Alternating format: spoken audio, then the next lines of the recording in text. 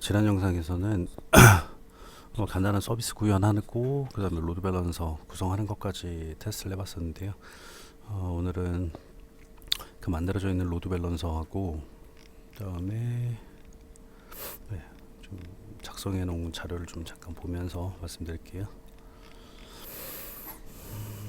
저희가 지난번에는 요거 구성이 됐었죠. 옥타비아 구성이 되고 뭐 기본적인 기능 구현이 되는지 테스트까지 한번 거쳐봤습니다. 근데 오늘은 여기는 이 로드 밸런서를 쿠버네티스하고 연결을 했을 때 정상적으로 동작을 하는지 이거 한번 테스트를 한번 해보고요. 그 다음에 데이터베이스 관리형으로 데이터베이스 서비스를 제공하는 것, 그 다음에 DNS 서비스를 제공하는 것 역시 마찬가지 관리형으로 데이터베이스 애저 서비스 같은 경우에는 트로브를 이용을 하고요. 트로브 같은 경우에는 RDS를 생각하시면 될 것 같아요. RDS. 그 다음에 AWS RDS를 생각하시면 되고, DNS 같은 경우에는 라우트 53을 생각하시면 될 것 같습니다. 그 전에 첫 번째로 확인해 봐야 될 건 옥타비아하고 쿠버네티스하고의 연결 가능한지. 그래서 쿠버네티스에서 서비스의 타입을 로드 밸런서로 지정을 했을 경우에 이게 오픈스택에 있는 옥타비아하고 연결이 돼서 옥타비아의 로드 밸런서가 만들어지고 이게 쿠버네티스하고 연계가 가능한지 확인을 한번 해볼 예정입니다. 미리 구성이 다 되어 있는 상태여서 어떤 식으로 구성을 하는지 하고 그 다음에 최종적으로는 데모 화면 보여드리는 걸로 하겠습니다. 제가 테스트를 거치면서 확인을 한 거라 아마 대부분 다 정상적으로 동작을 하긴 할 것 같은데 혹시라도 문제가 있거나 하면 말씀해 주시면 저도 확인을 해 보도록 하겠습니다. 먼저 미리 좀 개념을 좀 파악을 하고 시작을 해야 될 것 같은 게 저희 입장에서 쿠버네티스의 영역하고 옥타비아의 영역은 사실 두 개가 좀 다르죠. 절반을 나눴을 때 왼쪽은 쿠버네티스 영역이라고 보면 오른쪽 같은 경우에는 오픈스택의 아이고 글씨가 좀 이상하네. 오픈스택의 영역입니다. 저희는 쿠버네티스는 여기 있는 것처럼 쿠버ADM을 이용해서 구성을 할 거고요. 그리고 오른쪽에 있는 오픈스택 쪽에서는 로드 밸런서 서비스인 옥타비아가 있죠. 이 둘을 이제 연계를 하는데 사실 둘의 서비스가 전혀 별개이죠. 그러다 보니까 저희가 쿠버네티스에서 나는 서비스를 구성을 하겠다. 여기서 말하는 서비스는 애플리케이션을 의미하는 게 아니라 외부로의 노출을 의미하는 서비스, 네트워크로서의 서비스를 얘기합니다. 이 서비스의 타입을 저희가 이런 것들을 지정할 수 있지만 클러스터 IP라든지 아니면 노드 포트라든지 그리고 이제 세 번째로 로드 밸런서를 지정을 할 수 있습니다. 로드 밸런서를 지정을 하게 되면 AWS 같은 경우에 뭐 예를 들어 EKS를 사용을 한다. 그러면 이 로드 밸런서는 ALB라든지 아니면 NLB하고 연계를 해서 사용할 수 있는 것처럼 여기도 로드 밸런서를 지정을 하게 되면 우리는 이전에 공부할 때는 K8S 자체적으로 로드 밸런서 서비스를 제공하지 않기 때문에 여기 이제 메탈LB를 이용해서 로드 밸런서를 메탈LB를 이용을 했죠. 메탈LB를 이용을 해서 사용을 한 방법이었는데 저희 같은 경우는 이제 오픈스택과의 연계가 필요하고요. 그래서 여기 이제 로드 밸런서라고 지정을 하게 되면 옥타비아 로드 밸런서가 가상 버신 형태로 만들어지게 되고 이 둘을 연결을 한 이후에 외부 사용자들은 로드 밸런서로 접근을 하게 되면 여기는 이 로드 밸런서하고 연계가 되어 있는 파드로 역으로 들어올 수 있겠죠. 근데 앞서도 말씀드렸던 것처럼 이 두 개의 영역이 서로 다르기 때문에 제가 그냥 여기다 로드 밸런서라고 하겠다 한다라고 해서 자동으로 그게 오픈스택으로 연결이 되고 그 오픈스택에 있는 옥타비아가 자동으로 만들어지고 나 이거 지우겠다 그럼 자동으로 지워지고 하는 시스템은 아니란 얘기죠. 그럼 이제 저희들이 해야 될 건 이 둘을 연계하기 위한 작업이 저희들에게 필요하다. 그럼 이제 저희가 고민을 해봐야 될 부분 생각을 한번 해보죠. 여기는 K8S라고 생각을 하고요. 그 다음에 오른쪽에는 오픈스택 API가 있다. 오픈스택이 있다라고 생각하시고, 오픈스택 하위에는 하위 서비스인 옥타비아가, 여기 LB 서비스가 있다라고 생각을 하셔야 되겠죠. 그러면은 쿠버네티스하고 오픈스택 둘 사이를 연결하기 위한 이 둘 사이를 연결하기 위한 애플리케이션이 하나 있어야 되겠네요. 우리는 요거를 CCM이라고 얘기를 하게 됩니다. 조금 이따가 다시 한번 말씀드릴게요. CCM이라고 얘기를 하게 되고요. 쿠버네티스 내에 파드로 동작을 시킬 수가 있습니다. 그래서 파드로 연결을 하게 되면 이게 오픈스택의 리소스를 관리가 가능하도록 할 수 있는데, 여기는 이제 파드 같은 경우에는 즉 뭐 CCM 같은 경우에는 로드 밸런서를 만들고 이런 과정, 로드 밸런서에 연결을 하고 이렇게 할 때 각 노드 중에 뭐 예를 들어 얘는 마스터라고 하고 얘는 워커라고 했을 경우에 마스터에서 동작할 수도 있을 거고 워커에서 동작할 수도 있겠죠.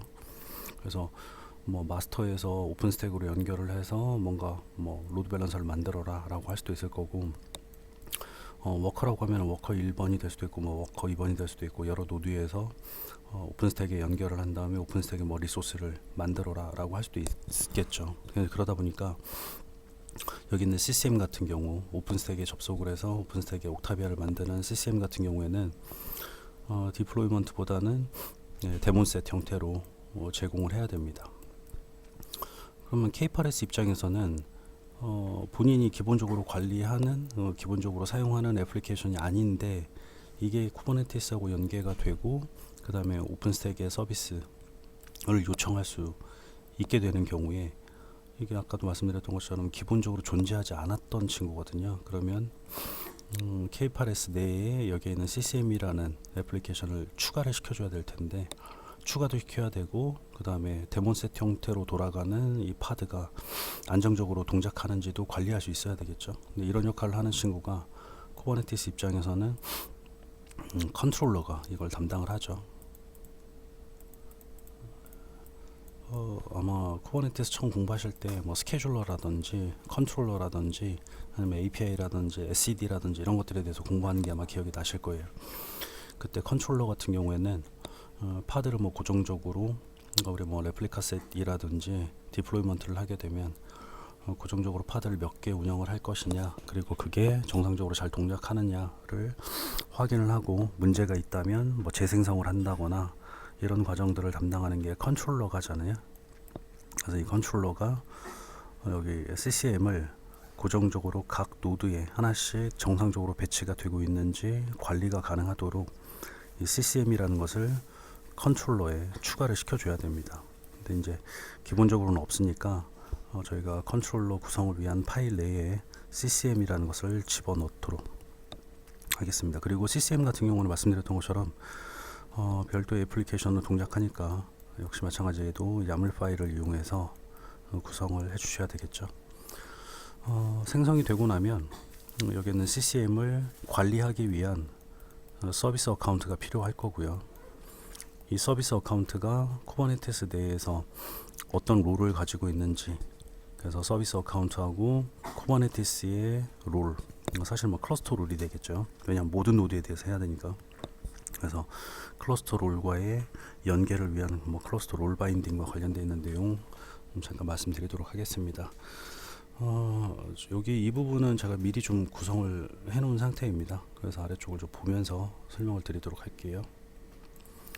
먼저 쿠버네티스 구성이 먼저 필요할 테니까, 쿠버네티스 구성은 별도로 K8S 네트워크를 하나 생성을 했고요. 그리고 마스터하고 워커 노드는 각각 한 개씩 준비를 했습니다. 뭐 POC니까 굳이 뭐 여러 개를 만들지 않으셔도 될 것 같아서 마스터 노드 하나, 그다음 워커 노드 하나 이렇게 구성을 했고요. 밑에 있는 것처럼, 밑에 보이시는 것처럼 마스터는 M1 미디움, 워커 같은 경우에는 M1 스몰로 구성을 해놨습니다. 그리고 키페어는 기존 키페어를 사용을 할 거고, 플로팅 IP는 기본적으로 할당하지 않겠습니다. 그래서 외부에서 직접적으로 연결이 되지는 않고요. 보안 그룹은 아래 구성했던 거 보시면 아시겠지만 모든 TCP, UDP, ICMP를 허용을 해놓은 상태입니다. 일단 들어가서 확인을 한번 해보죠. 여기 보이는 것처럼 마스터하고 워커 1번 구성을 했고요. 마스터 같은 경우에는 M1 미디움으로 보시면 ID 2번, CPU 4개, 그다음 메모리는 4GB로 있고요. 워커는 하나만, 그래서 CPU 둘, 메모리는 2GB로 구성을 했습니다. 말씀드렸던 것처럼 마스터하고 워커는 공인 IP, 즉 플로팅 IP가 없기 때문에 웹에서 베스천호스를 통해서 연결을 하고 관리가 가능하도록 설정을 했고요. 그 다음에 쿠버네티스 구성은 kubeadm 이용해서 아래쪽에 클러스터를 구성을 해 놓은 상태입니다. 혹시 테스트를 해보실 분들은 복사해서 그냥 넣으시면 됩니다. 여기 모든 노드에 도커 설치, 그러면 여기서부터 복사를 하셔가지고 모든 노드에 넣으시면 되고요. 이것도 역시 마찬가지, 모든 노드 그러면은 마스터하고 워커에 둘 다 작성을 해서 넣으시면 되겠습니다.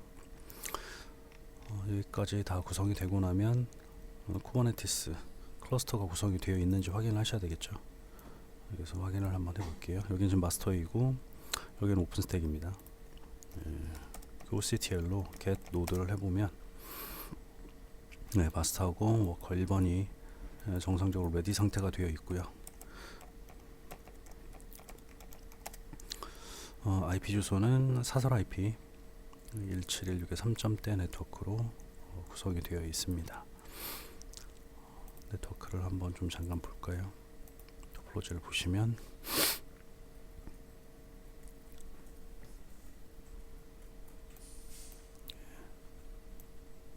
화면에 보이는 것처럼 여기에 쿠버네티스 노드만을 위한 별도의 K8s 네트워크를 만들었고, 마스터 하나, 그 다음 워커 하나 이렇게 구성이 되어 있는 상태입니다.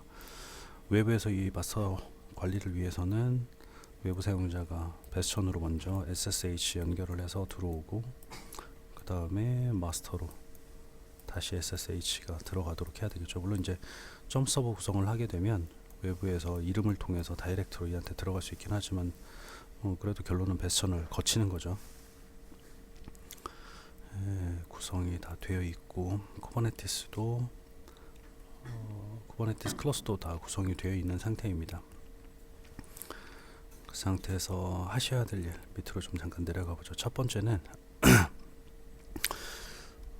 요런 내용들이 필요하겠죠. 그림을 다시 한번 그려보면 여기는 K8s가 있고, 그 다음에 오른쪽에는 오픈스택,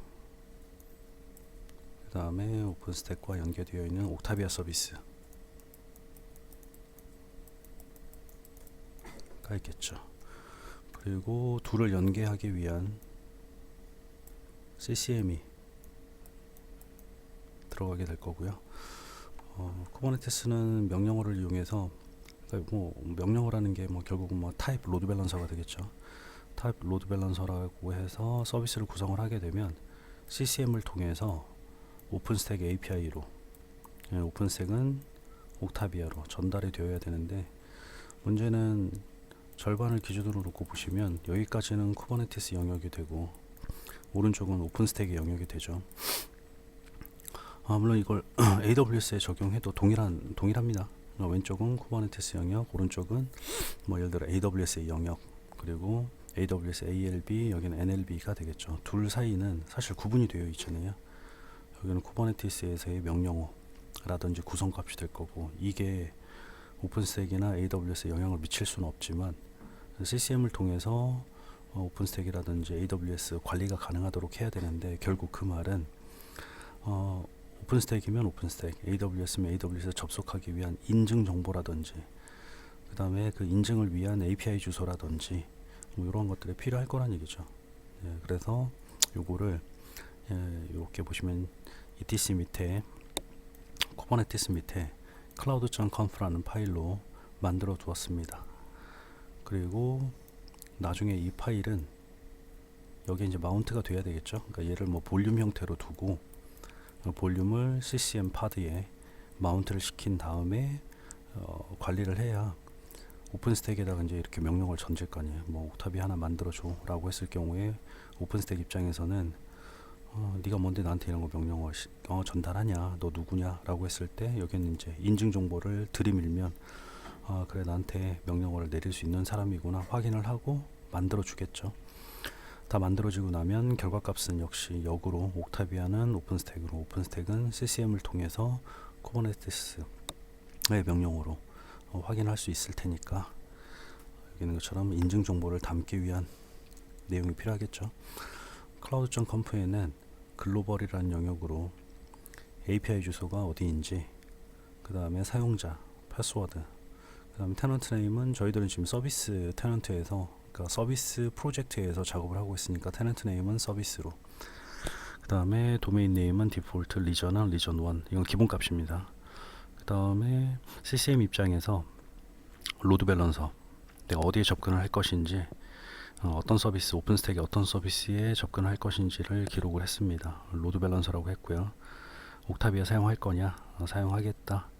그 다음에 서브넷과 네트워크 두 개가 들어가는데, 위쪽에 있는 서브넷 아이디는 저희가 만들었던 M4라 네트워크의 서브넷 작성을 해서 넣으시면 되고요. 아래쪽에 있는 플로팅 네트워크 아이디는 쉐어드넷, 저희가 만들었던 쉐어드넷 1의 네트워크 아이디를 작성해서 넣으시면 됩니다. 또 앞서 말씀드렸던 것처럼 쿠버네티스의 컨트롤러가 이건 이제 쿠버네티스의 영역이죠. 쿠버네티스의 컨트롤러가 클라우드.conf에 기반해서 오픈스택에 접속할 수 있어야 하며, 근데 이거는 좀 약간 오해를 하실 수 있는 게, 실제로는 컨트롤러가 오픈스택에 접근하는 것은 아니고요. 여기가 쿠버네티스가 있고, 쿠버네티스 입장에서는 이제 컨트롤러가 있겠죠. 컨트롤러는 파드 관리를 하는데, 파드 관리를 하죠. 근데 이 파드를 저희들은 CCM으로 사용한다는 얘기고요. 그 CCM으로 오픈스택의 CCM인 OCCM을 사용을 하게 돼요. 그래서 여기서 명령어를 내리면은 마치 컨트롤러가 오픈스택에 접근한 것처럼 보이긴 하지만 실제로는 그렇지는 않습니다. 실제로는 CCM을 통해서 접근을 하게 되는 거니까, 아까 말씀드렸던 것처럼 cloud.conf 파일은 컨트롤러에게 필요한 것이 아니라 실제로는 CCM에게 필요한 거죠. 여기에 필요한 거죠. 그러면 컨트롤러 입장에서는 무슨 내용이 들어가야 되냐? 컨트롤러 입장에서는 나는 내가 기존에 관리하던 리소스가 아니라 CCM이라는 걸 통해서 리소스를 관리를 하겠다라는 내용만 추가가 되면 되겠죠. 그리고 추가적으로 이런 내용을 넣을 수도 있습니다. 아래 작성해 놓은 걸 보시면 여기 보면은 쿠버네티스 매니페스트에 컨트롤러 매니저 .yaml 파일에 들어가 보면 이게 지금 컨트롤러 구성을 위한 YAML 파일이거든요. 거기에 여기 보면 28행 정도에 보시면 클라우드 프로바이더라는 행을 하나 추가를 했습니다. 그러니까 기존에 없었던 내용이 한 줄이 추가가 된 거죠. 클라우드 프로바이더 익스터널이라고 넣었고요.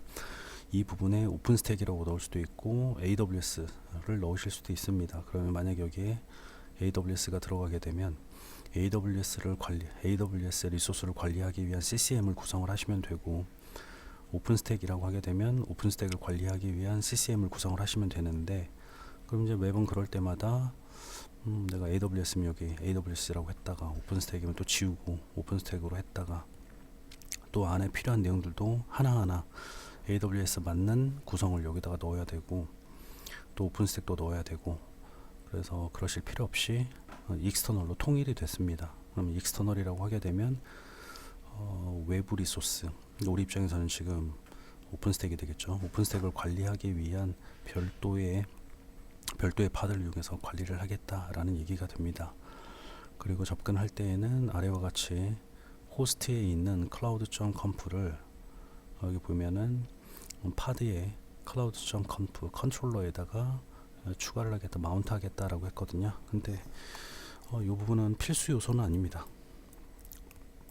이거는 필수는 아니고요. 왜?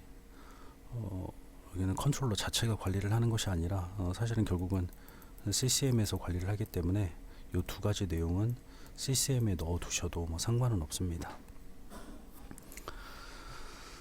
만약에 여기에다가 구성을 하게 되면 얘가 AWS가 됐건 아니면 오픈스택이 됐건 동일한 클라우드 컨피그 파일, cloud.conf 파일이 적용이 될 거니까, 만약에 이게 오픈스택이었을 땐 적용이 되겠지만 AWS로 뭐 접속을 하겠다 그러면은 이 내용을 또 수정을 하셔야 되잖아요. 그래서 여기다가 설정할 필요 없이 그냥 CCM 자체에다가 넣으시면 됩니다.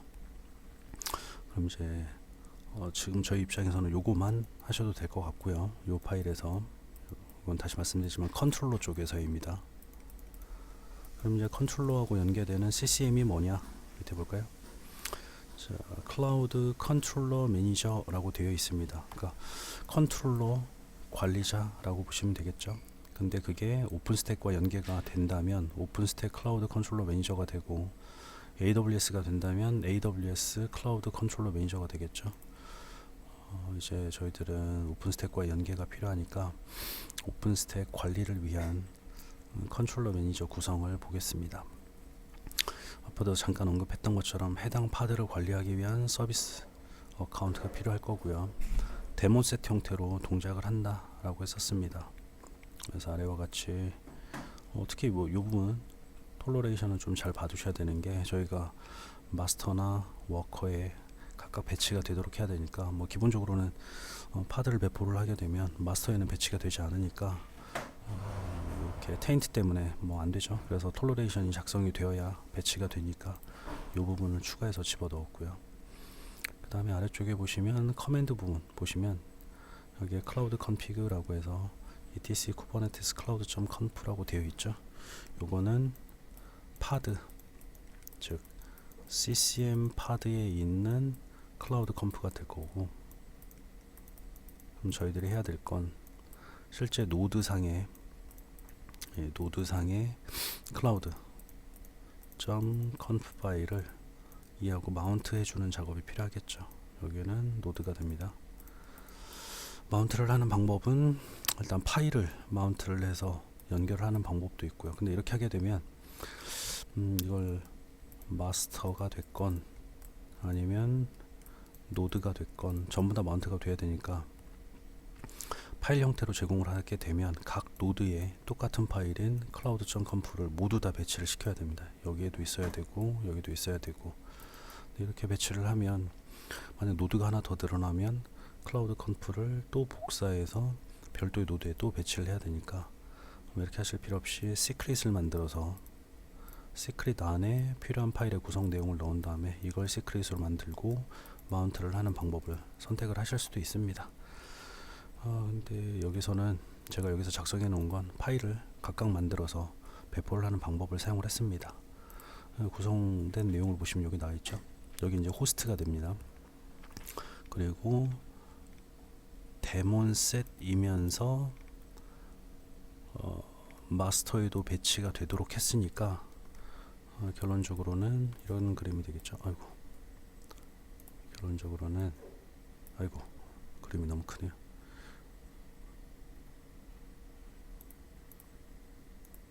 네, 결론적으로는 여기가 마스터, 그 다음에 오른쪽은 워커, 여기에 클라우드 컴프 두고 여기도 cloud.conf가 있고 여기 위에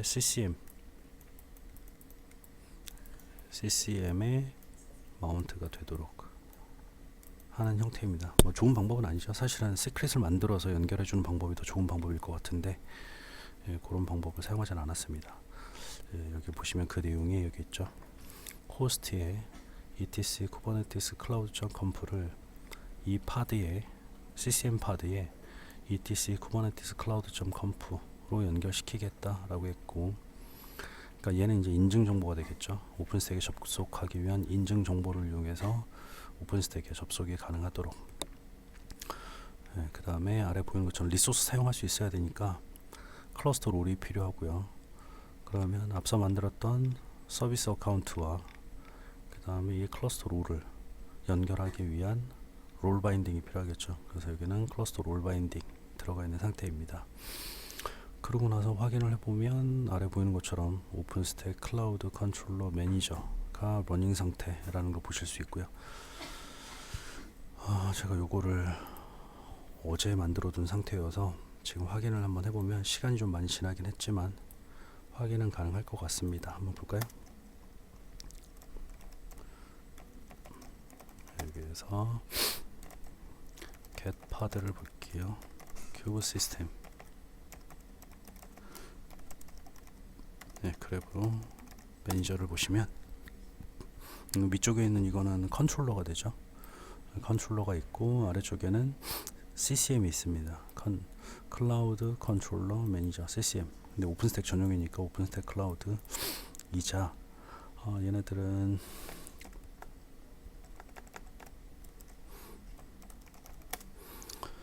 보시면 아시겠지만 각 노드에 하나씩 배치가 되어 있는 상태죠. 마스터에도 하나 배치가 되어 있고 워커에도 하나가 배치가 되어 있고, 그럼 이제 얘네들은 컨트롤러를 통해서 연계가 되는, 그러니까 여러분들이 뭐 명령어를 실행을 하면 리소스 관리는 컨트롤러를 통해서 여기에 있는 CCM으로 전달이 될 거고요. CCM에서는 오픈스택으로, 오픈스택에서는 옥타비아로 로드 밸런서를 만들 거고, 결과값은 역으로 들어오겠죠. 그래서 혹시 문제가 발생을 했어요. 뭐 예를 들어 얘가 하나 다운됐습니다. 다운됐어요. 그러면은 컨트롤러는 하나의 문제가 있네, 그리고 다시 재생성을 하겠죠. 여기까지 다 준비가 됐다면 이제 오픈스택을 관리할 수 있고요. 아래 보이는 것처럼 엔진X 파드 하나, 그 다음에 로드 밸런서를 만들어 보면 정상적으로 만들어지는지만 확인을 해보면 되겠네요. 이 부분은 로드 밸런서 확인을 한번 해보죠. 그리고 여기에서 명령어로 추가를 했을 때 실시간으로 만들어지는지, 그리고 또 삭제가 되는지도 테스트를 해보겠습니다. 제가 nginx.yaml 파일을 미리 좀 준비를 해놨습니다. 여기 있는 것처럼 디플로이먼트로 레플리카 하나, nginx 레플리카를 하나 만들 거고요. 아래 보이는 것처럼 서비스의 타입은 로드 밸런서로, 그래서 로드 밸런서에 80번 포트로 들어오게 되면 타겟 포트 80, 즉 이 친구가 되겠죠. nginx 파드에 80번 포트로 연결이 되도록. 자, 그러면 어플라이를 한번 해보겠습니다.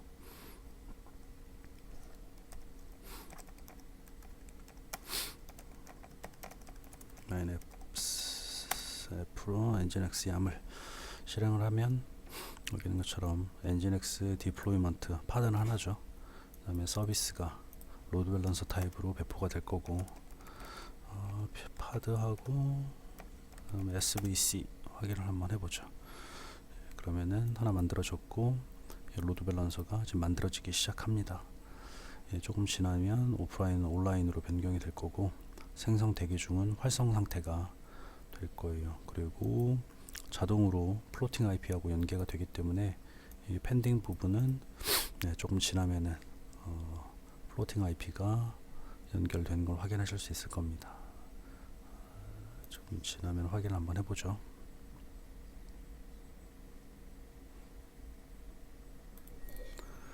이제 화면에 보이는 것처럼 오프라인 상태였던 게 온라인으로, 그 다음에 프로비저닝 상태는 활성 상태로 변경이 됐습니다. 로드 밸런서의 상태를 확인을 해보면 여기에 자동으로 플로팅 IP가 발행이 되고, 그 다음에 자동으로 또 연결까지 되고요. 여기서도 확인을 해보면 141번 동일한 IP죠. 동일한 IP가 연결된 걸 확인하실 수 있어요. 그러면 이제 이 IP로 웹 접속을 해보면 뭐 기본 nginx였으니까 nginx의 페이지가 보이겠죠.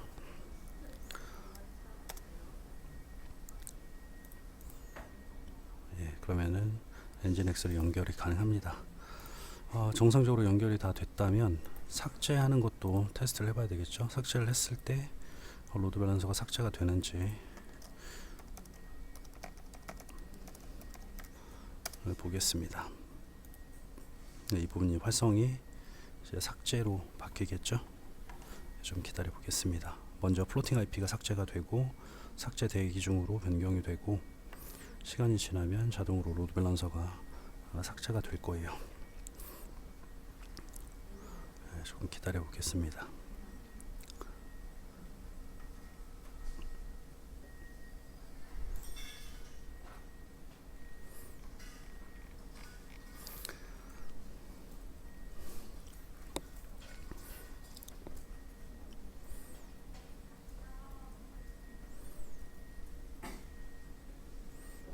삭제가 정상적으로 됐습니다. 그럼 여기서도 확인을 한번 해볼까요? get pod 스페이스 보시면은 전부 다 삭제가 다 됐다 라는 걸 확인하실 수 있을 겁니다.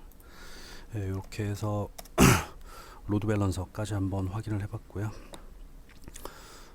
다음은 데이터베이스입니다. 쓰면서 한번 보죠.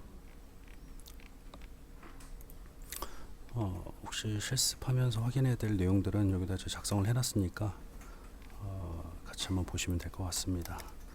다음은 관리형 데이터베이스 서비스인 트로브입니다. 트로브는 AWS의 RDS와 같이 관리형 서비스입니다. 관리형 서비스란 얘기는 결국 사용자가 직접 인스턴스를 만들고 거기다 OS를 설치하고 데이터베이스를 설치하고 기본 데이터베이스를 만들고 이런 과정은 클라우드에게 맡기고요. 요청만 하게 되면 데이터베이스를 요청만 하게 되면 자동으로 만들어서 여러분들에게 제공하는 형태, 이런 형태를 관리형 서비스라고 얘기를 하죠. 다행히 오픈스택에서도 트로브를 이용을 하게 되면 이 관리형 서비스로 데이터베이스를 사용하는 것이 가능합니다. 현재 제가 테스트를 해봤을 때 마리아DB, MySQL, 포스트그레스QL은 별 문제 없이 만들어지는 걸 확인할 수 있었고요. 이를 위해서는 기본 OS가 필요하죠. OS가 필요하다. 이 OS 같은 경우에는 저희들은 우분투 기반의 OS가 있고요. 그 안에 저희가 마리아DB 버전 10.4를 하겠다. 그러면은 10.4 설치해서 여러분들에게 제공을 할 겁니다. 결국은 기본 이미지가 필요하다는 얘기가 되겠죠. 기본 DB 제공을 위한 DB 제공을 위한 기본 이미지가 필요하다. 자, 그러면은 저희들은 글로벌 파일에서 수정을 한번 해보도록 하겠습니다. 앞선 서비스에서 해봤던 것처럼 여기서 하시면 되겠구나. 큰일 날 뻔했네요. 이제 오른쪽에 여기서 사용을 하셔야 되겠죠. 저희들은 원래대로 다시 돌아가서 봐야 되겠네요. 뷰를 싱글로 해놓고 110번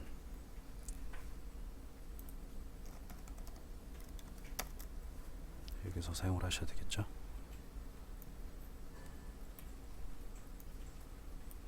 요 OS에서 먼저 가상 환경으로 들어가야 되니까 다음 오픈스택으로 또 진입할 수 있어야 되겠죠. 오픈스택 같은 경우에는 두 개의 파일을 저희가 준비를 했습니다. 어드민 오픈RCSH와 서비스 오픈RCSH, 이 두 파일의 차이점은 작업을 하는 공간만 달라지죠.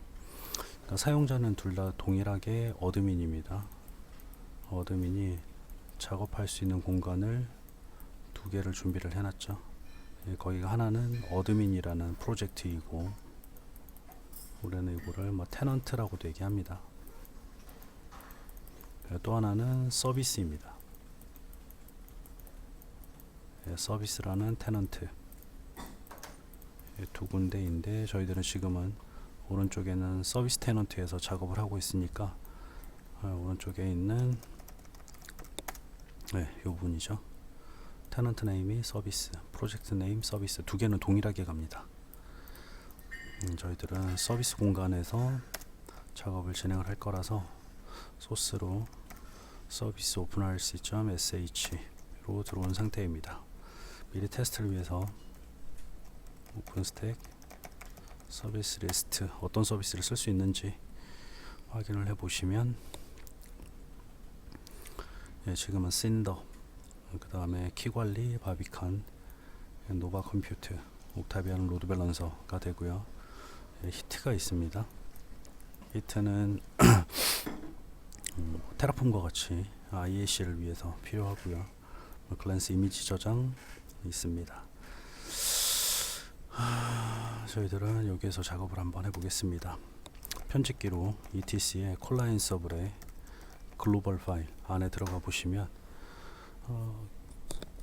트로브 서비스 같은 경우에는 기본으로 제공하지 않기 때문에 저희가 필요한 내용들을 설정을 하고 그리고 다시 배포를 하게 되면 트로브가 배포가 될 거고요. 그 다음에 이미지도 별도로 만들어 줘야 되겠죠. 들어가서 확인을 한번 해보겠습니다. 수정하셔야 될 부분이 먼저 당연히 enable 트로브를 먼저 확인을 해야 되겠죠. 찾아서 한번 해볼까요? enable 트로브 보시면 435행에 지금 현재는 있습니다. 조금 다를 수 있으니까 검색을 해서 확인을 해보시면 좋을 것 같아요. 435행의 enable 트로브를 yes로 변경을 하시고요. 복사를 해 놓겠습니다.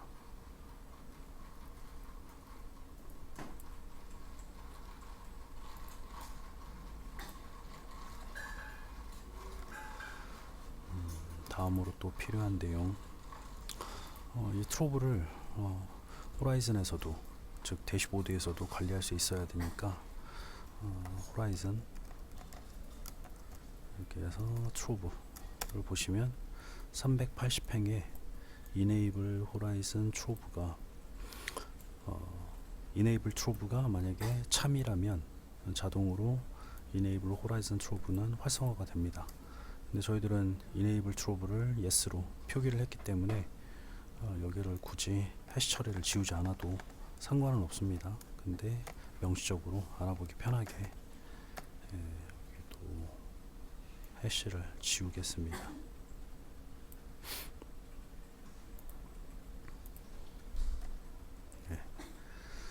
다음 하나가 추가적으로 더 필요한 게 이미지의 이름입니다. 이미지의 이름. 근데 트로브에 대한 이미지 이름은 현재 여기에는 지금 없는 상태예요. 트로브 이미지는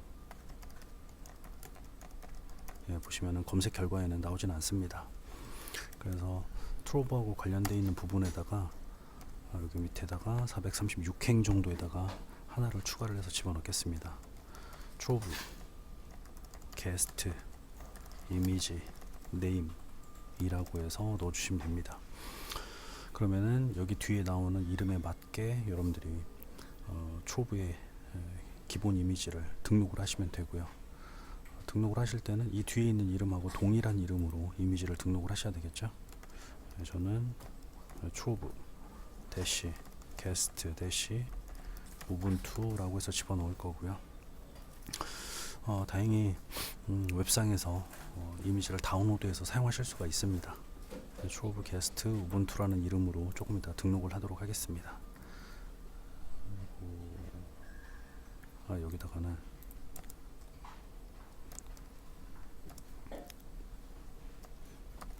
직접 입력이라고 해놓을까요? 프로게이머인가? 여기는 밑에는 직접 입력을 하셔야 됩니다. 여기다가 이렇게 써놓겠습니다. 여기는 그러면 없어도 되겠네요. 여기까지 해서 야물 파일에서 위치는 아까 보셨던 것처럼 ETC 밑에 콜라 밑에 등록되어 있습니다. 이게 첫 번째로 여러분이 하셔야 될 일이고요. 아직 배포를 직접 배포를 하셔도 되긴 한데 미리 저희들은 이미지 다운로드까지 좀 하도록 하겠습니다. 이미지 다운로드는 템플릿 이미지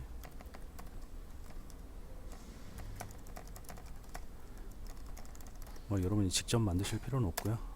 이거는 웹상에서 다운로드를 하신 다음에 등록을 하시면 되겠습니다. 위치는 제가 써놓겠습니다. 보시면 제가 테스트를 해봤더니 이 이미지가 좀 가장 그래도 안정적으로 쓸 수 있더라고요. 그래서 여기 있는 타르볼 openDB.org에 들어가 보시면 오픈스택의 트로브에서 사용하실 수 있는 이미지 중에 트로브용 저희들은 지금 마스터 브랜치에서 지금 작업을 하고 있으니까 여기하고 가장 호환이 좋은 트로브 마스터 게스트 우분투.qcow2라는 이미지를 wget으로 다운로드 하시고 요거를 등록을 하시면 되겠습니다. 등록을 하실 때에는 말씀드렸던 것처럼 트로브 게스트 이미지라는 이름으로 등록을 해 주셔야 되겠죠. 요거 이미지로 wget을 먼저 좀 하겠습니다.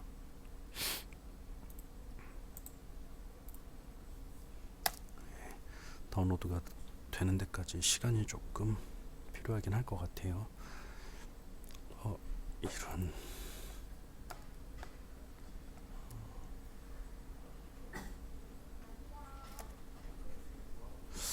이미지 이름이 조금 잘못되어 있나? 제가 들어가서 다시 한번 확인을 한번 해보겠습니다. 여기까지 복사를 하고 들어가서 확인을 한번 해보죠. 네, 들어오시면 여기 있는 이미지 중에서 사용을 하시면 되거든요. 이미지 이름이 조금 달라진 것 같네요. 저희들은 요거 사용을 할까요? 트로브 마스터 게스트 우분투 jimi.qcow2 요 이미지를 다운로드해서 사용하도록 하겠습니다. 이 정도면은 2025년 6월 18일 현재 기준으로 봤을 때 날짜가 가장 적절할 것 같네요. 요거를 다운로드 하겠습니다. 주소 복사, 이 부분도 좀 바꿔 놓겠습니다.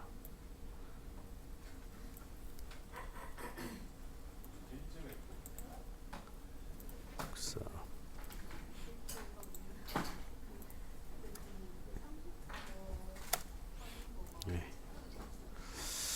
다운로드 걸리는 데까지 시간이 조금 필요할 것 같으니까 다운로드가 되고 나면 이미지 등록을 하도록 하겠습니다.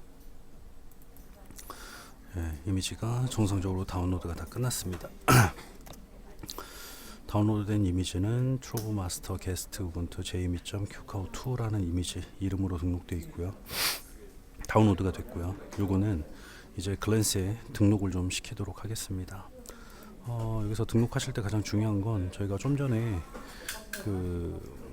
이네이블 트로브를 할 때 게스트 이미지의 이름을 뭘로 할 것이냐 했을 때 트로브 게스트 우분투라는 이름으로 등록하겠다라고 했거든요. 그래서 동일한 이름으로 등록을 반드시 해주셔야 됩니다.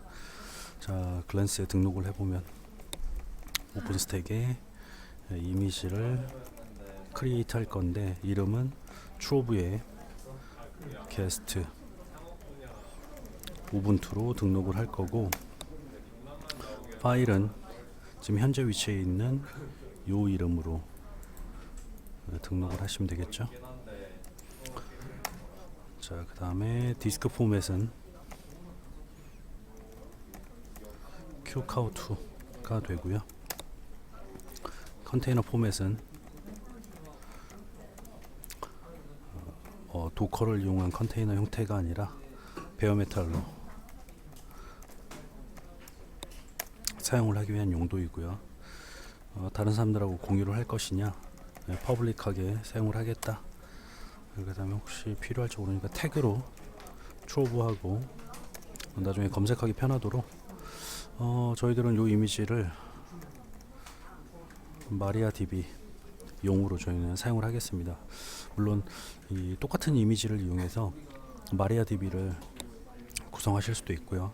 포스트그레스QL 선택을 하시게 되면 거기에 맞는 마리아DB 내가 10.3을 하겠다 그러면 10.3이 설치가 되고 나는 예를 들어서 MySQL 8.0을 하겠다 그러면 요 이미지에 MySQL 8.0이 설치가 되는 형태가 됩니다. 근데 저희들은 요 이미지를 마리아DB 용으로 사용을 하겠습니다. 버전은 여러 개 바꿔가면서 사용하실 수 있어요. 근데 기본적으로는 저희는 10.3이나 10.4, 10.4를 할까요? 10.4를 등록하겠습니다. 정상적으로 등록이 되는지 부터 한번 확인해 보겠습니다. 다운로드 및 클랜스에 등록하기.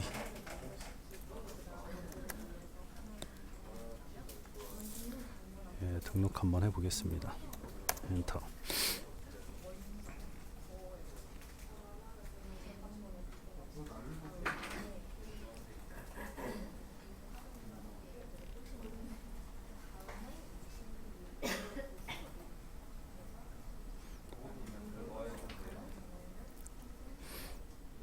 여기까지 정상적으로 등록이 되고 나면 이제 트러블을 구성을 하셔야 되겠는데요. 아무래도 사이즈가 좀 있다 보니까 등록이 되는데 걸리는 시간이 조금 필요합니다. 그대로 일단 놓고 트러블을 구성을 한번 해보겠습니다.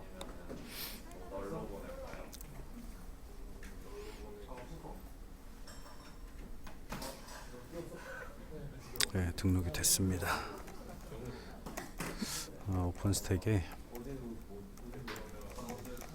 이미지 리스트를 보시면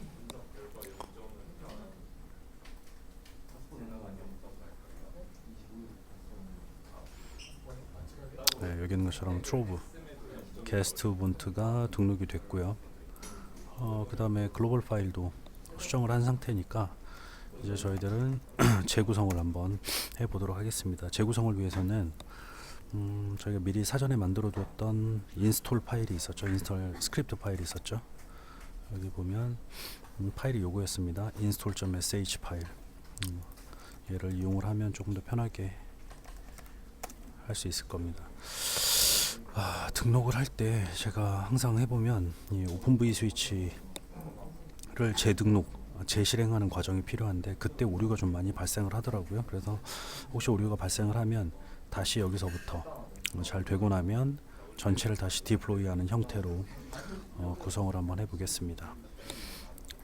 실행을 한번 혹시 또 앞선 동영상을 보지 않으신 분이 계실 수도 있으니까 스크립트 파일도 좀 일단 복사해서 올려놓겠습니다. 여기는 트로브 배포하기. 사실은 리컨피규어가 아니라 디플로이이기 때문에 다른 서비스들도 역시 마찬가지에 삭제를 했다가 재생성하는 과정이 추가가 됩니다.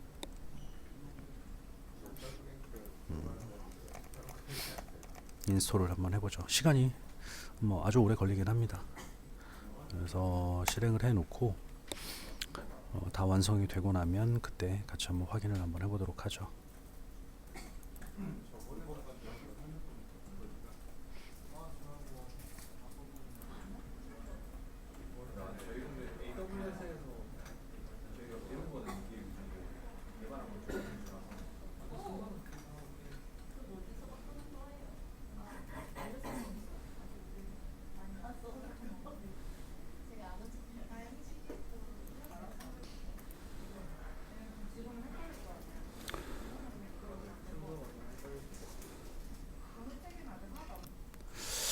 예, 이제 다 완성이 되긴 했는데 시간은 되게 오래 걸렸습니다. 왜냐면 이제 디플로이를 하다 보면 기존에 있었던 컨테이너를 다 재설정을 해야 되죠. 다시 지우고 다시 만들고 이 과정들이 반복되다 보니까 시간이 상당히 오래 걸렸습니다. 아무래도 원노드로 구성을 하다 보니까 더 시간이 오래 걸린 것 같긴 한데요. 대략 한 30분 넘게 걸린 것 같네요. 구성이 되고 나면 트로브 컨테이너는 배포가 됐지만 일단 먼저 한번 볼까요?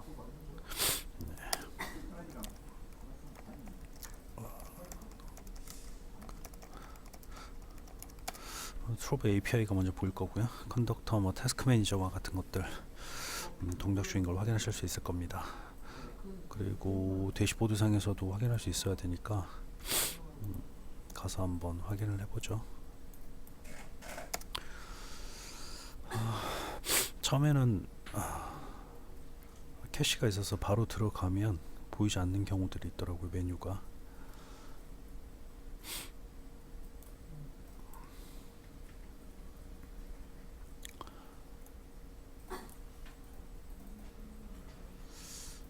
네, 확실히 처음에는 오래 걸립니다. 일단 두겠습니다.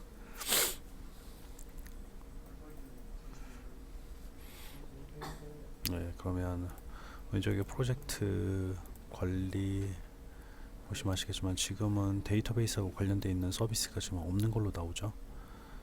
그래서 일단 로그아웃 하시고 다시 한번 로그인을 해 보겠습니다.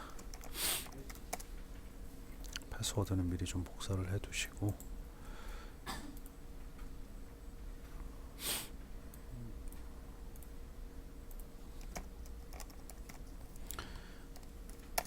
들어가 보겠습니다.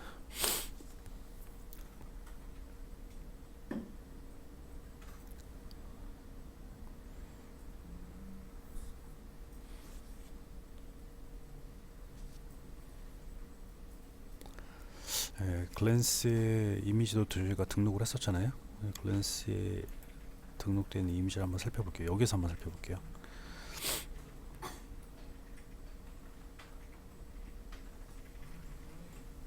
읽어오는데 좀 시간이 걸리는 것 같네요. 그러면은 여기 정상적으로 트로브 이런 이미지를 잘못 가지고 오네요. 이럴 경우에는 캐시를 한번 지우고 다시 한번 살펴보겠습니다.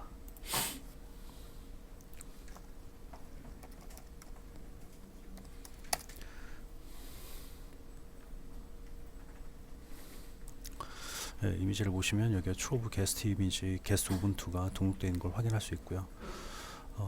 아무래도 그냥 일반 우분투보다는 훨씬 더 용량이 좀 많습니다. 왜냐면 이제 저희들이 여기다가 나는 요 게스트 이미지를 이용해서 마리아DB를 구성하겠다 라든지 MySQL을 구성하겠다 라든지 이런 설정 값들을 반영해서 데이터베이스를 쓸 수 있어야 되잖아요. 그래서 우분투 안에 미리 데이터베이스 설치를 위한 파일들이 이미 다 등록되어 있기 때문에 아무래도 좀 무게가 좀 많이 나가죠. 아래쪽에 보시면 데이터베이스가 있고 이제 인스턴스로 우리가 원하는 버전의 데이터베이스를 요청을 하게 되면 관계형 데이터베이스를 요청을 하게 되면 제공을 하겠죠. 문제는 인스턴스를 시작하려고 하면 내가 원하는 버전, 그러니까 이게 뭐 마리아DB 뭐 10.4냐 아니면 MySQL 8.0이냐 뭐 이런 버전들을 선택할 수 있어야 되는데 그것과 관련되어 있는 내용은 없어요. 그러니까 데이터 스토어에 그것들이 등록이 됩니다. 데이터 스토어에. 그래서 저희들은 데이터 스토어 지정을 좀 미리 좀 해놓겠습니다. 다음과 같이 한번 작성을 한번 해보죠. 오픈스택에 데이터 스토어 데이터 스토어를 구성을 하도록 하겠습니다. 데이터 스토어 버전 참 그러려면 미리 사전에 이미지 아이디를 좀 별도로 좀 준비를 해놔야 되거든요. 그리고 또 제가 깜빡한 게 트로브 명령어를 실행을 하기 위해서는 트로브 클라이언트가 좀 필요하거든요. 그러면은 트로브 클라이언트 설치부터 좀 해보죠. pb 인스톨 하셔서 파이썬 기반의 트로브 클라이언트는 미리 좀 설치를 해 놓겠습니다.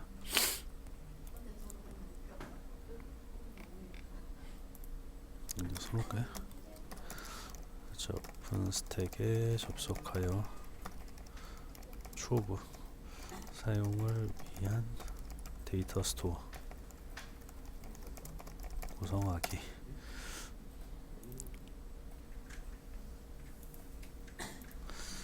먼저 말씀드렸던 트로브 클라이언트를 설치를 하겠습니다.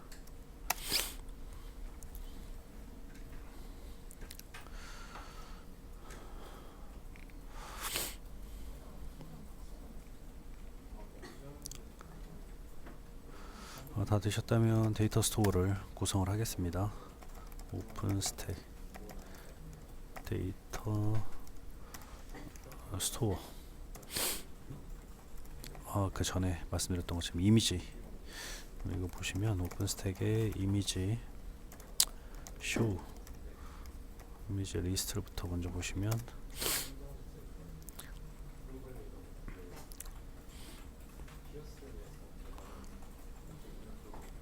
아이디가 별도로 필요하거든요. 이 부분이 요거를 골라내기 위해서 트로브 게스트 우분투에서 이 부분만 골라내도록 하겠습니다.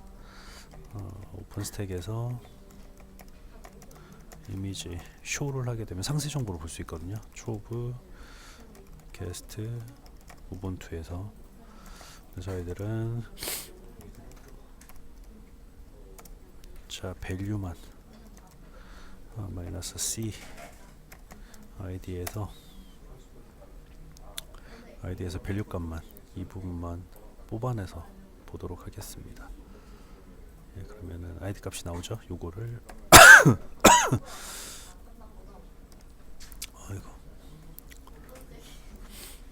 네, 요거를 명령어로 변수에 담아놓고 사용을 하겠습니다. 이미지 아이디 변수에 담아두고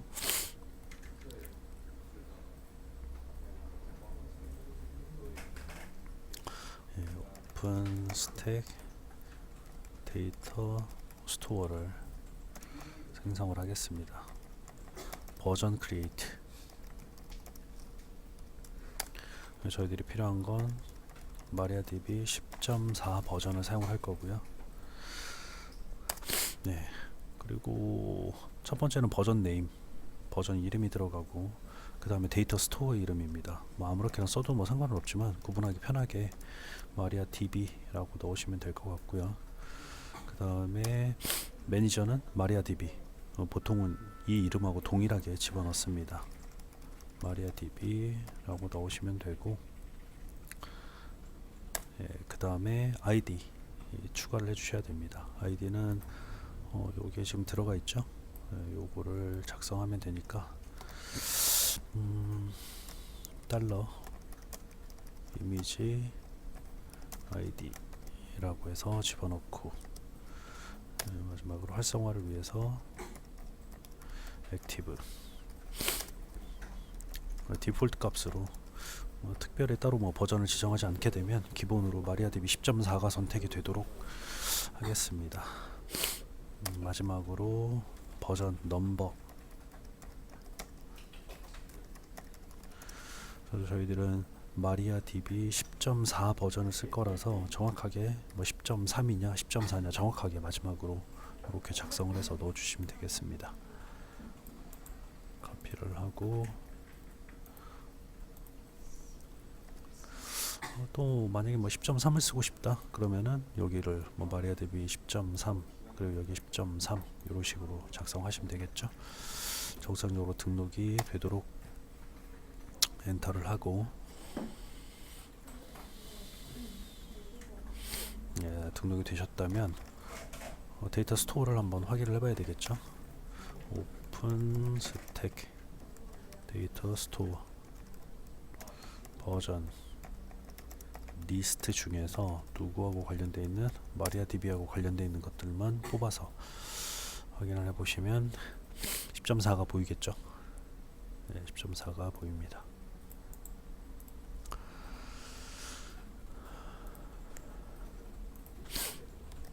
자, 그러면 이제 데이터베이스를 요청을 한번 해보겠습니다. 대시보드 상에서 요청을 한번 해보죠. 갱신 한번 하고,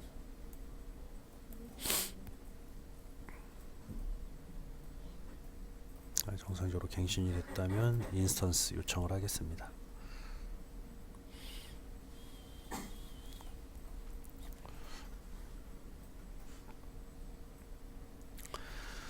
가용구역은 노바 그대로 두시면 되고요. 가용구역이라는 얘기는 뭐 결국은 누가 만드는 거냐, 노바 컴퓨터에서 만들면 되고요. 데이터베이스 이름은 DB1 하겠습니다. 마리아DB1이라고 할까요? 마리아DB1이라고 하고, 볼륨 크기는 10GB로 고정되어 있습니다. 나중에 만약에 바꾸고 싶다면 API 안에 설정 파일에서 디폴트 크기 사이즈를 바꾸셔야 되는데 지금은 그냥 저희 10GB로 지정을 할게요.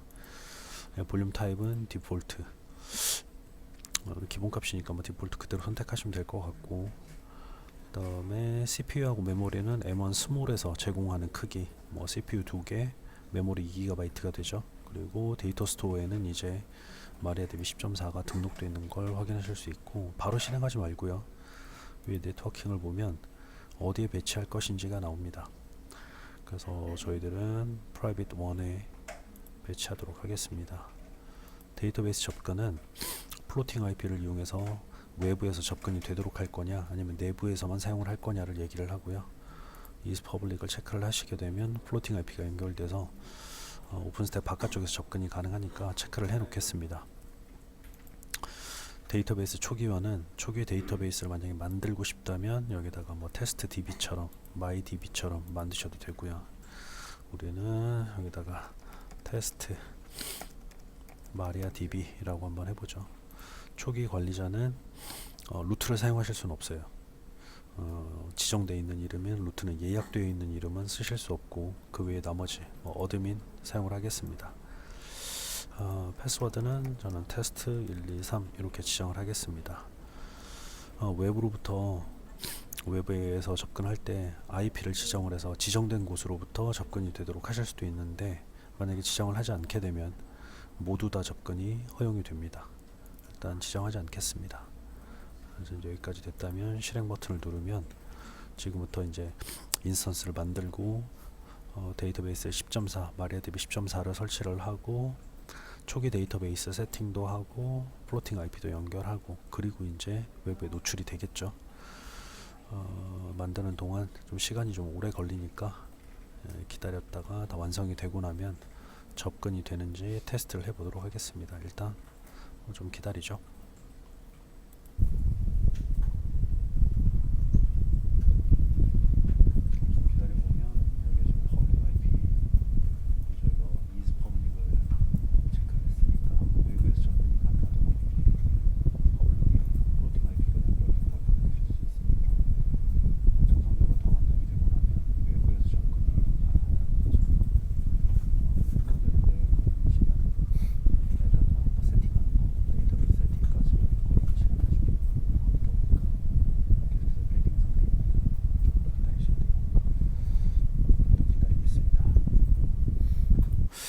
예, 정상적으로 종료가 되면 화면에 보이는 것처럼 헬시 상태가 되고요. 그 다음에 가끔마다 오류가 발생하는 경우가 좀 있더라고요. 이게 아무래도 원노드로 하다 보니까 리소스가 좀 부족해서 오류가 발생하는 경우도 있습니다. 삭제하시고 다시 설치를 하셔도 설치하시면 아마 별다른 문제 없이 만들어질 겁니다. 저희들은 퍼블릭 상태이기 때문에 외부에서, 여기서 말하는 뭐 외부는 윈도우에서 접근을 해보면 되겠죠. 윈도우에서 하이드 SQL을 실행을 하고 마리아DB 10.4에 한번 접속을 해보도록 하겠습니다. IP는 저는 168번으로 되어 있으니까 168번 11883에 3.168번으로 접근해서 우리가 원하는 대로 정상적으로 만들어져 있는지 확인을 해보도록 하겠습니다. IP는 이걸로 168번으로, 패스워드는 어드민에 대한 패스워드는 테스트 123으로 지정을 했고요. 포트번호는 3306이니까 그냥 그대로 3306 지정을 하시고 열기 버튼을 누르면 정상 접근이 가능하겠죠. 보시면 저희가 미리 세팅을 할 때 테스트 마리아DB가 필요하다라고 했었습니다. 그래서 화면에 보이는 것처럼 마리아DB의 데이터베이스까지 만들어진 걸 확인하실 수 있습니다. is public을 체크를 하지 않았더라면 내부적으로만 접근이 됐겠지만, 그건 지금 현재 외부에서도 접근이 가능하도록 설정이 되어 있습니다. 실제 공인 IP가 아니기 때문에 인터넷상에서는 접근할 수 없겠지만, 내거 윈도우에서 테스트를 해본다거나 아니면 내부에 만들어둔 내부에서의 인스턴스에서 접근하는 것은 뭐 별다른 문제 없이 접근이 되겠죠. 이제 두 번째 데이터베이스까지는 한번 만드는 것 테스트를 거쳤다면, 다음은 DNS하고 관련되어 있는 서비스를 좀 지정을 해보도록 하겠습니다. DNS는 DNS as a service 라고 명명을 할게요. DNS AAS라고 하고요. 요거는 designate입니다. designate라는 서비스이고, 이거는 얼추 비슷한 게 AWS의 라우트 53과 서비스가 비슷하다라고 생각하시면 될 것 같습니다. 이 서비스는 오픈스택 자체가 DNS 서버로 동작을 하게 되고요. 얘가 지금 우리는 지금 원노드니까 원노드 자체를 DNS 서버로 활용을 할 거고요. 여기다가 이제 여러분들이 원하는 도메인 이름, 물론 이제 도메인 이름을 하나만 하는 게 아니라 원하는 여러 가지 이름들을 만들 수 있겠죠. 예를 들어 a.com도 사용하실 수 있을 거고 b.com도 사용하실 수 있습니다. 등등등 여러 개 본인이 원하는 이름을 등록해서 사용하실 수 있고 그리고 a.com에 대해서 서브 도메인을 예를 들어 www.a.com 이렇게 하시고 요 도메인을 내부에 있는 예를 들어서 인스턴스 웹서버로 동작하고 있는 인스턴스하고 연결을 한다거나 아니면 옥타비아하고 연결을 하는 것도 가능하겠죠. 로드 밸런서하고의 연결도 역시 가능하도록 할 수 있습니다. 옥타비아는 플로팅 IP 연결이 가능하니까 그 플로팅 IP를 도메인과 연결하는 방식으로 외부에 노출하는 것도 역시 가능하겠죠. 자, 그러면은 DNS 서비스도 역시 좀 지루한 시간이 되긴 하겠지만 역시 마찬가지 글로벌 파일을 수정을 해 주셔야 됩니다. 그래서 수정하는 부분 같이 한번 보도록 할게요. 편집기로 콜라의 글로벌.yaml 파일로 들어가신 다음에 필요한 부분들 하나하나 수정을 하면 되는데 앞에서 함께 그냥 차라리 트로브 설정할 때 함께 했었더라면 좋을 수도 있었겠는데 따로따로 서비스를 설명드리다 보니까 좀 시간이 좀 길더라도 보도록 하겠습니다. 첫 번째로 해야 될 건 enable이 필요하겠죠. enable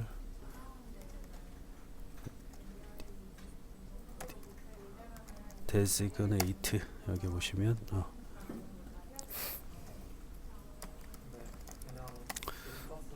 356행 정도의 designate 서비스가 노로 되어 있는 걸 yes로 변경을 해주시면 되고요. 레디스와 함께 사용을 합니다. 그래서 일단은 좀 체크를 좀 해놓고 할까요?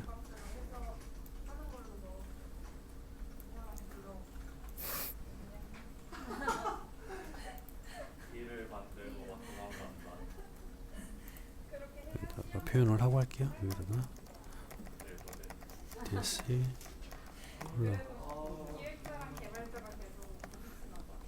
요거 수정을 해주셔야 되고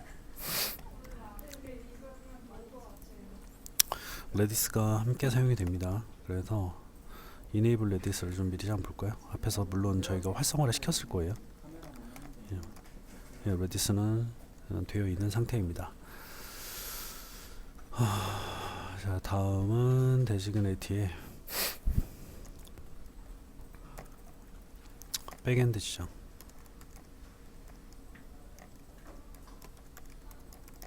백엔드 부분은 바인드 9을 사용한다 라고 되어 있습니다. 이 부분만 활성화를 해주시면 됩니다.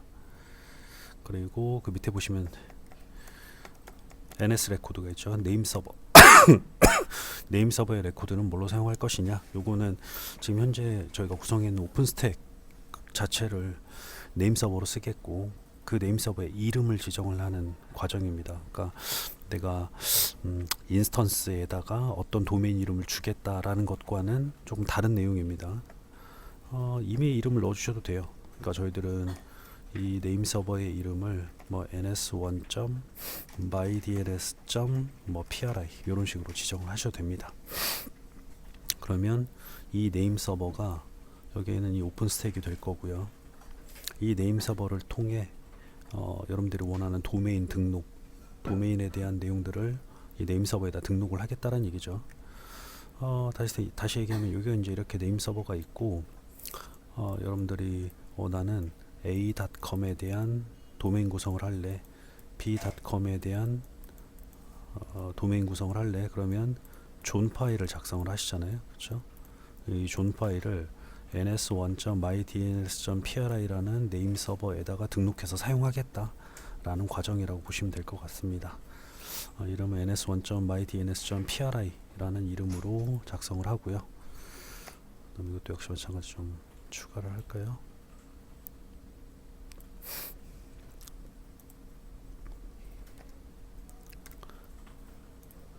예, 그리고 마지막으로 DNS 인터페이스.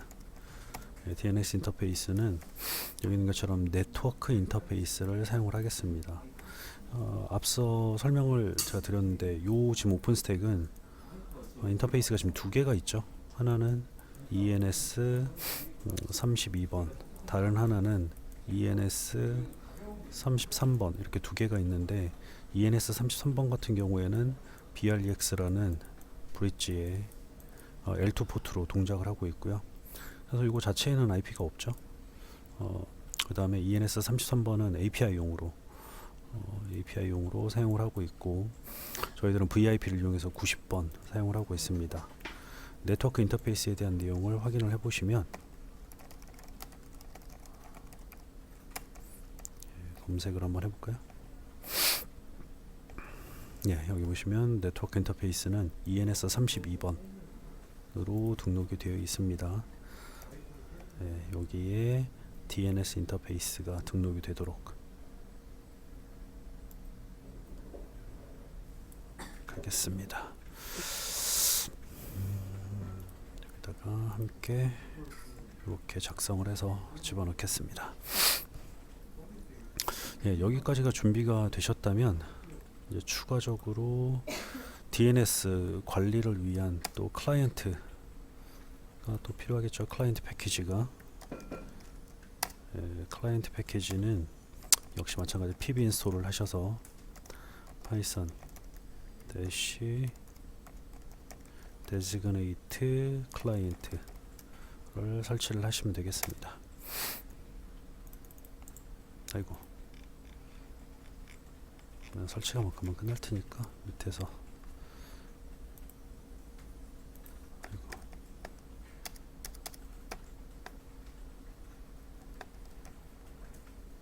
복사를 해서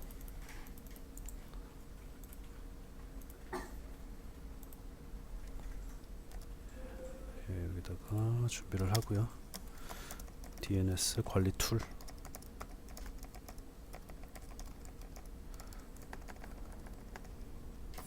오픈스택 DNS 관리 툴, 예, 이렇게 해서 추가를 하겠습니다. 설치 과정 중에 문제가 발생을 하는 게 하나가 있습니다. 설치 과정 중에 오류 메시지가 아마 분명히 이대로 배포를 하면은 문제가 뜨거든요. 왜냐면은 이때 그 시스템드 리졸브드 있죠. 시스템드 리졸브드라는 그 서비스 데몬이 동작을 하게 되면 보통은 우리가 그 네트워크에 지정되어 있는 네임 서버를 etc resolve.conf로 자동으로 반영을 하거든요. 그러니까 여기 인터페이스 설정 파일에 나는 DNS 주소를 뭐 8.8.8.8로 할래, 요거를 가져다가 etc resolve에다가 보통은 반영을 합니다. resolve.conf에 자동으로 반영을 하게 되는데, 예, 이거를 종료시키고 내가 직접 지정한 DNS 이용을 하겠다 라고 할 경우에는 다음과 같이 systemctl disable 하셔서 systemd resolved now 해서 중단을 시키시고요. 그 다음에 rm-rf로 etc의 resolve.conf 파일을 삭제를 하고 우리가 원하는 내용을 하나하나 직접 넣을 거예요. 에코를 이용해서 네임 서버는 일단 이거 자체가 지금 네임 서버로 동작을 하고 있으니까 127.0.0.1 본인 스스로를 etc resolve.conf에 추가를 할 거고요. 그 다음에 내가 관리하는 도메인이 아닐 경우에는 외부에 물어볼 수도 있어야 되잖아요. 그래서 8.8.8.8에게도 쿼리할 수 있도록 즉 뭐 캐시네임 서버로 쓸 수도 있어야 되니까, 그러니까 처음 본인이 지금 오픈스택 스스로가 지금 DNS 서버잖아요. 그러면은 내부에 있는 인스턴스가 나는 www.a.com에 대한 뭐 IP를 확인하고 싶어. 그러면은 본인 스스로 내가 관리하는 도메인인지를 먼저 확인을 하고 내가 관리하지 않아요. 뭐 예를 들어 www.naver.com은 내가 관리하는 도메인이 아니잖아요. 그럴 경우에는 8.8.8.8에게 물어볼 수 있도록, 혹시 8.8.8.8에도 문제가 있다면 8.8.4.4에게도 물어보도록 etc resolve.conf를 보시면 이렇게 네임 서버를 등록을 해놓고 사용을 하겠습니다.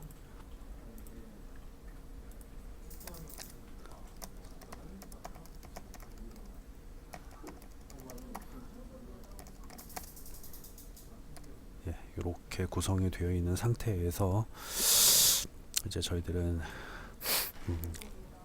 데지그네이트 서비스를 시작을 하도록 하겠습니다.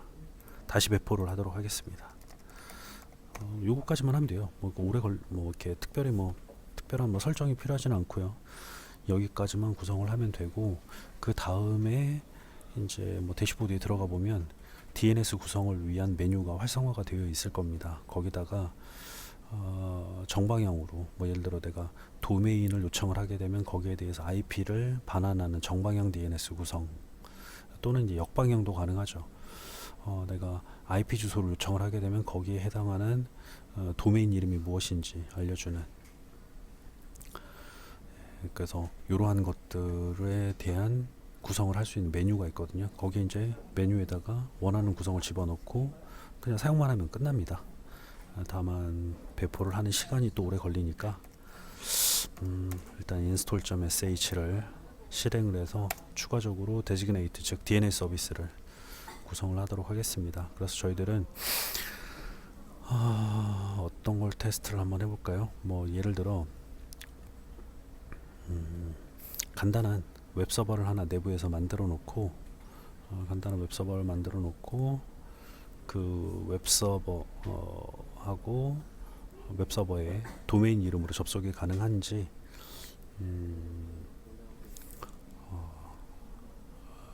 베스천에서 테스트를 해보면 되겠네요. 그렇죠? 베스천에서 테스트를 해서 정상 동작하는지 확인을 한번 해보겠습니다. 그러면 이런 식의 구성을 하면 되겠네요. 예를 들어서 좀 전에 저희가 만들었던 쿠버네티스가 있었잖아요. 쿠버네티스에서 파드를 만들 거고요. 파드는 간단히 엔진엑스로 구성을 하면 되겠죠. 엔진엑스 구성을 하고 옥타비아 이용해서 로드 밸런서를 만들겠습니다. 그럼 로드 밸런서는 플로팅 IP, 즉 공인 IP가 할당이 될 거고, 엔진엑스 파드하고 연결이 돼 있죠. 그럼 얘를 도메인 이름, 예를 들어 www.test.pri로 지정을 하고, 이거를 베스천에서 인터넷상에서는 지금 접근이 되지 않는, 우리들 지금 실습상에서만 지금 공인 IP처럼 취급을 하고 있으니까 내부에서 테스트를 해봐야 되죠. 결론적으로는 이게 실제 공인 IP하고 연결이 된다면 인터넷에서도 가능하겠지만 지금은 그렇지 않은 상황이니까, 베스천에서 www.test.pri라고 했을 때 여기에 있는 엔진엑스가 보여지는지 그 과정을 한번 살펴보도록 하겠습니다. 일단 DNS 서비스 배포를 좀 기다리겠습니다. 다 완료가 됐습니다. 그러면은 대시보드 상에서 확인을 해보는데, 요거 항상 로그아웃하고 다시 로그인하면 확인이 조금 더 수월하더라고요. 캣으로 다시 한번 복사를 하고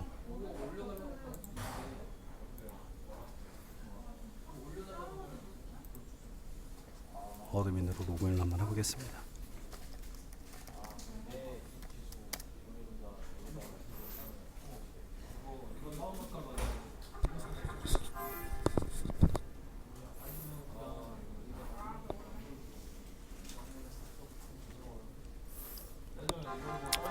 로그인을 하고 나서 왼쪽에 보시면 여기 지금 DNS라는 메뉴가 새로 만들어졌죠. 존이 있습니다. 존에 들어가셔서 얘는 포워드 존이 되겠죠. 그래서 저희가 도메인 이름을 요청을 하게 되면 거기에 맞게 IP가 반환이 되고요.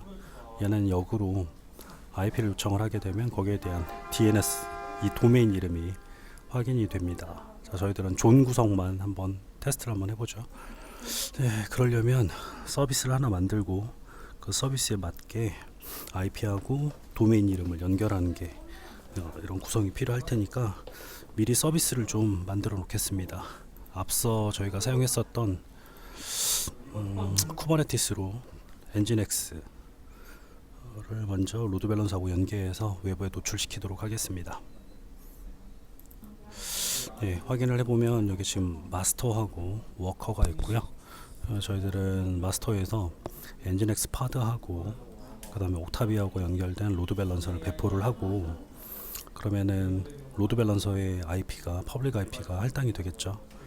그거하고 도메인 이름 연결을 시킨 다음에 베스천 호스트에서 도메인 이름으로 연결이 가능한지 테스트를 한번 해보도록 하겠습니다. 먼저 연결이 되어 있는지 확인을 해보겠습니다. 마스터에 들어가셔서 노드를 한번 먼저 확인을 해보고, 제가 노트북 한 대 사다 보니까 아무래도 좀 많이 무겁긴 합니다.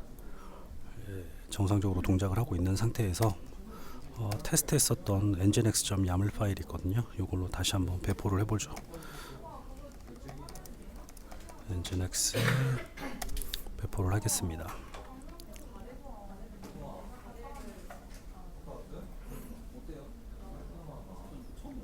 좀 만들어지는 게 좀 오래 걸리긴 하네요. 그러면 파드 하나, 그 다음에 서비스 생성이 됐지만 연결이 옥타비아로 전달이 돼서 만들어지는 데까지 걸리는 시간은 좀 아무래도 좀 필요하겠죠. 네트워크에서 로드 밸런서를 확인을 하겠습니다. 로드 밸런서 요청이 들어가면 이제 조금 이따 여기에 표기가 될 거고요. 아무래도 조금 시간이 조금 필요하긴 할 것 같습니다.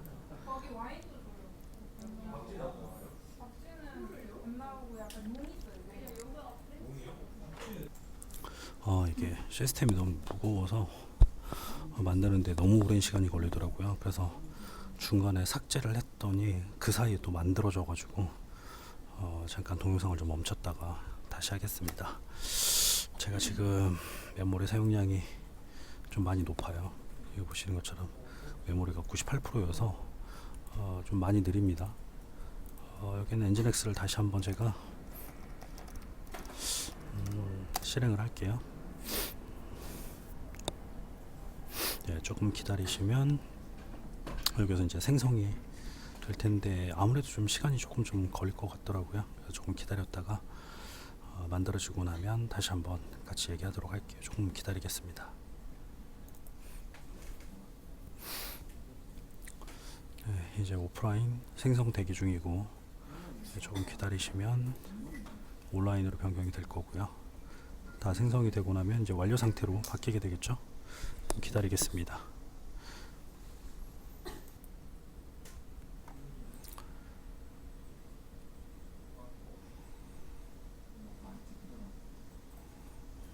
온라인으로 전환이 됐고, 조금 더 기다려야 되겠죠. 생성 대기 중에 완료로 변경될 때까지 또 좀 기다리겠습니다. 그러고 나면 모든 구성이 완료되고 나면 자체적으로 플로팅 IP를 발행을 할 거고요. 그 다음에 로드 밸런서하고 플로팅 IP가 바인딩 되는 것까지 확인하시고 해당 IP를 DNS에 도메인과 연계를 시켜주시면 되겠죠. 조금 기다리겠습니다. 요거 되는 동안 시간이 좀 있으니까 미리 저희들은 여기로 갈까요? 베스천에서 준비를 해 놓도록 하겠습니다. 베스천에서는 DNS 서버에 대한 등록을 준비를 해야 되겠죠. 편집기 이용해서 etc의 resolve.conf 파일 열고 들어가시면 여기 윗부분에 네임 서버를 임시로, 영구적으로 보관이 되진 않으니까 임시로 11183에 3. 저희들은 지금 VIP가 90번이니까 90번으로 미리 DNS 주소를 등록을 해 놓도록 하겠습니다. 그래서 여기서 먼저 찾겠죠. 제가 요청하는 도메인에 대해서 3.90에게 먼저 물어볼 거고, 그렇지 않으면은 요 아래에 있는 주소로 넘어가도록 하겠다는 얘기죠. 먼저 3.90으로 지정이 되어 있다면 여기가 먼저 완성이 돼야 되겠죠. 아직은 생성 대기 중이니까 기다렸다가 다 되고 나면은 DNS 구성을 하도록 하겠습니다. 물론 이 도메인을 만약에 내부적으로만 쓰겠다면 사설 IP를 해도 되겠죠. 근데 저희들의 지금 시나리오는 여기에 할당되는 플로팅 IP가 공인 IP인 것을 가정을 하고 하는 시나리오이기 때문에 DNS에는 공인 IP가 등록이 되도록 하는 게 맞겠죠. 예, 좀 기다리겠습니다. 예, 이제 활성으로 변경이 됐고요. 그럼 활성이 되고 나면 플로팅 IP를 이제 발행을 할 겁니다. 지금은 아직 활성화가 되어 있지는 않은데 조금 기다리시면은 플로팅 IP에 새로 발급된 퍼블릭 IP가 확인이 될 거고, 우리들은 그 IP를 도메인하고 연계를 하면 되니까 조금 더 기다리셔야 되겠네요. 로드 밸런서에서 다시 한번, 이거는 제 거 컴퓨터가 워낙 느려서 지금 이런 상태입니다. 리소스가 더 여유가 있다면 좀 더 아마 빠르게 처리가 되지 않을까 싶긴 하네요. 아직은 확인이 안 되네요. 그리고 여기서도 그러면 확인이 될 건데,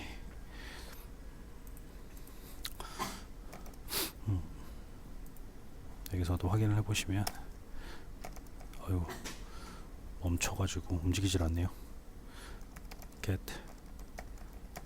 하다고 서비스를 보시면 아직은 펜딩 상태죠. 조금 기다리시면은 매핑이 될 것 같네요. 아직은 매핑이 안 됐네요. 발행 중인 것 같네요.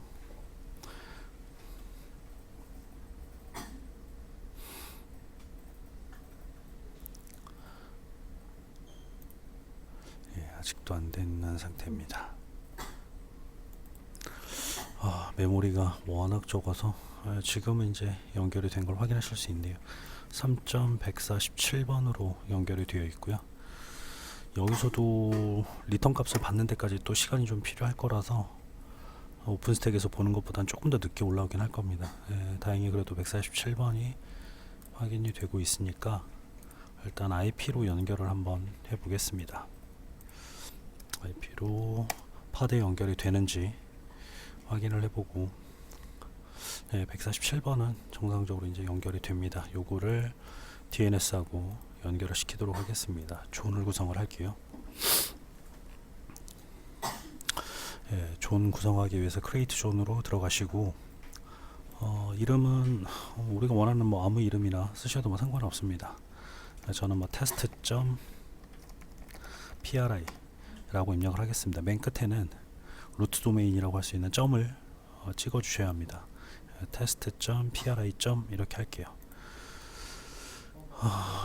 여기서 실제 이게 퍼블릭 도메인이라면 com과 같은 형태나 COKR과 같은 이름을 넣겠지만, 저희들은 프라이빗 도메인이니까 뭐 내 마음대로 해도 뭐 상관없겠죠. 그래서 끝에를 pri로 작성을 하고요.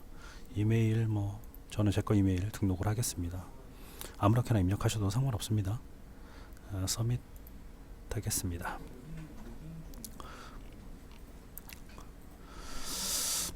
기다리시면 이제 펜딩 상태에서 이제 존 파일 구성을 DNS 서버에다가 이제 등록을 하겠죠. 그래서 정상적으로 다 등록이 되고 나면 액티브 상태로 변경이 됩니다. 아직은 펜딩 상태이기 때문에 액티브 상태로 전환이 되고 나면 메서드 구성을 하나씩 해서 집어 넣으시면 되겠죠. 좀 기다렸다가 액티브 상태가 되면 입력을 하도록 하겠습니다. 지금 이제 액티브 상태로 변경이 됐습니다. 여기에 IP 주소 좀 전에 저희가 확인했던 147번과 test.pri 연결을 위해서 레코드 구성을 하겠습니다. 저희는 IP 주소하고 도메인 이름에 대한 매핑이니까 A 레코드 작성을 하시면 되겠죠. 그 외에 나머지 것들도 모두 다 구성이 가능합니다. A 레코드로 이름은 저희들은 www 사용할게요. test.pri. 물론 이제 맨 끝에 점까지 찍어주시면 되고, 밑으로 내려가서 레코드는 IP 147번이었죠. 21.183.3.147번 둘을 매핑을 하도록 하겠습니다. 그냥 서밋 버튼 누르시기만 하면 됩니다.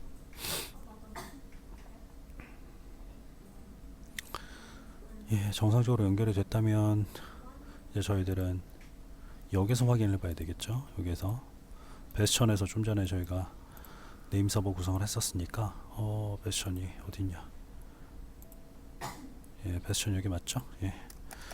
그래서 cat etc resolve conf 예, 되어 있으니까 한번 요청을 한번 해볼까요? 컬 이용해서 http www test.pri로 접속을 한번 해보겠습니다.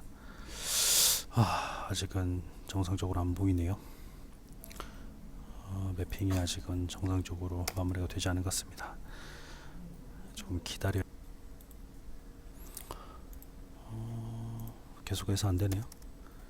DNS 서버를 90번이 아니라 100번으로 한번 해봐야 되겠네. 100번. 100번이 되겠네. 100번이. 왜냐면은 아까 말씀드렸던 것처럼 얘는 지금 VIP의 주소니까 실제 DNS 서버는 네트워크 주소였죠. 네트워크. 그러면은 ENS 32에 기본적으로 등록되어 있는 주소로 해야 될 테니까 100번으로 해야 맞을 것 같네요. 수정을 다시 한번 해보겠습니다. resolve conf 들어가셔서 얘를 100번으로 수정을 해보겠습니다. 다시 한번 컬 해보면 예, 이제 정상적으로 되네요.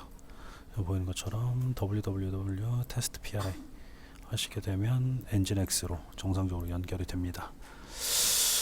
예, 그러면은 이것뿐만 아니라 뭐 다른 이름도 뭐 사용을 하고 싶다 그러면은 존을 더 추가적으로 만들어서 사용을 하셔도 되고요. 아니면 test.pri를 계속 이용하고 싶다 그럼 여기에다가 레코드를 추가적으로 더 넣어서 사용하는 것도 역시 가능하겠죠. 이번 동영상에서는 아까 말씀드렸던 것처럼 저희는 옥타비아하고 그 다음에 쿠버네티스 연결 그리고